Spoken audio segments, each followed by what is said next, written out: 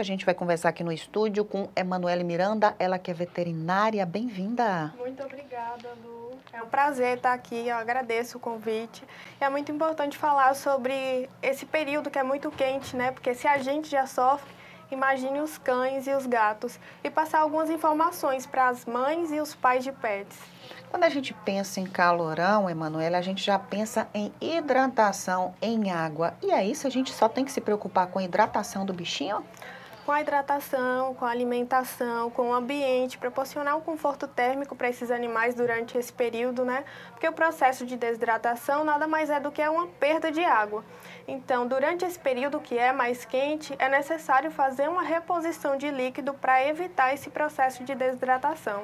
Quando você fala em reposição de líquido, tem que ser só água ou o pet pode tomar outra coisa, por exemplo, uma água de coco? Pode acrescentar água de coco, pode acrescentar alguns eletrolíticos orais, pode acrescentar também rações umidificadas, sachês, patês, que são alimentos mais úmidos e que vai ajudar na hidratação do pet. Geralmente é uma orientação do veterinário ou nessas casas de pet, o tutor desse bichinho pode comprar?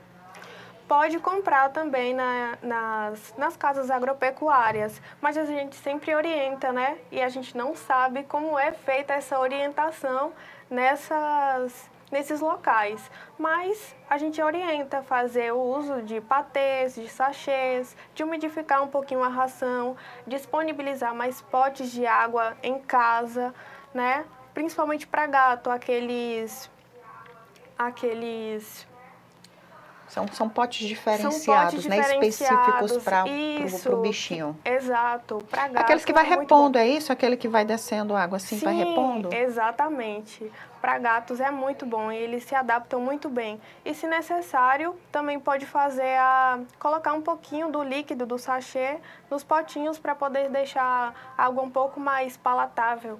Sabe o que eu já vi? Eu já vi uma pessoa congelando, fazendo gelo, né? E colocando dentro da água. água. É uma ótima ideia para cães e para gatos durante esse período de calor que é muito intenso. Então, fazer os picolés, pode congelar um pouquinho do sachê, do patê, bater, fazer tipo um picolé de fruta, acrescentar água ou água de coco, bater com um pouquinho de fruta, manga, morango.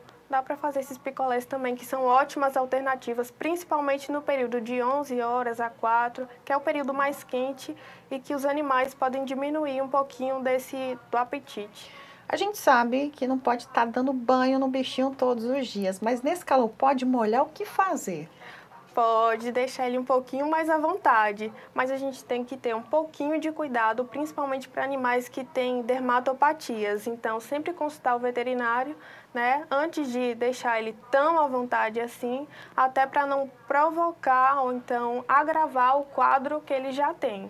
Tem animais que exigem mais cuidados, Emanuele? Exemplo, tem aquele animal que é o chau-chau, se eu não me engano, que ele é todo peludo, tem a língua azulada, Sim. ele tem muito pelo. E às vezes aquele animal sente muito mais calor, pelo menos é o que passa pra gente. Isso é verdade? Pode acontecer, viu?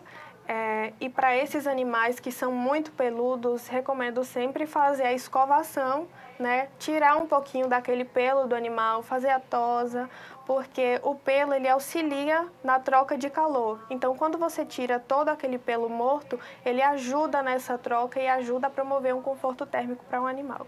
Quando a gente pensa em passear, porque o bichinho gosta de passear, tem um horário específico? Com certeza, dando preferências principalmente para os horários da manhã ou então à noite, porque são horários mais frescos, onde a temperatura é um pouquinho mais a menos, então para eles vai ser melhor, né? Ninguém aguenta, a gente não consegue ficar nesse calor o dia todo e sair com o pet para passear no meio-dia.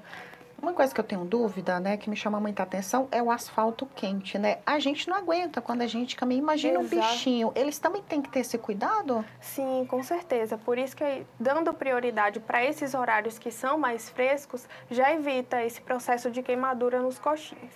Quais os sinais que aquele pet vai me dar que eu falo, não, eu preciso levar no veterinário? Quando o seu animal estiver apresentando salivação excessiva, fraqueza, letargia. Alguns animais podem chegar na nossa clínica muito taquicárdicos, né, muito ofegantes. E aí, quando chegar nessa situação, tem que correr para o veterinário porque ele pode estar passando por um quadro de hipertermia, de insolação.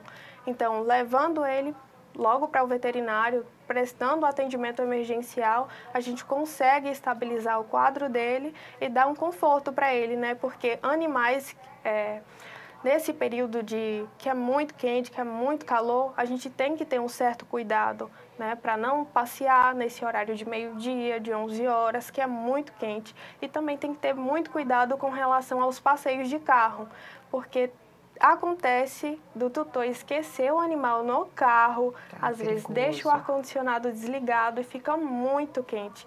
Inclusive, o animal pode até falecer por conta dessas condições. Vamos falar de alimentação. Tem alimentos que eu devo evitar nesse período mais quente?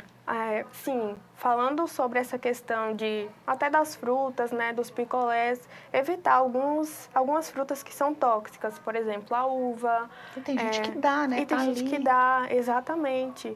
Uva, abacaxi, alimentos mais cítricos, porque pode ácidos causar... também. Exato, pode causar um quadro de gastrite. Então, a gente não quer provocar um outro problema nele, a gente quer promover um conforto. E esses alimentos aí é bom a gente evitar. E também alimentos muito ricos em gorduras, carne muito gordurosas, frango muito gorduroso, evitar esse tipo de alimentação. Né? Muito rica em gordura. Isso é importante. Você já trouxe umas dicas importantes para quem está acompanhando a nossa programação, que muita gente tem um bichinho em casa, né? Sim. Mas eu queria que você desse dicas especiais para quem está acompanhando a nossa programação para começar a fazer a partir de hoje.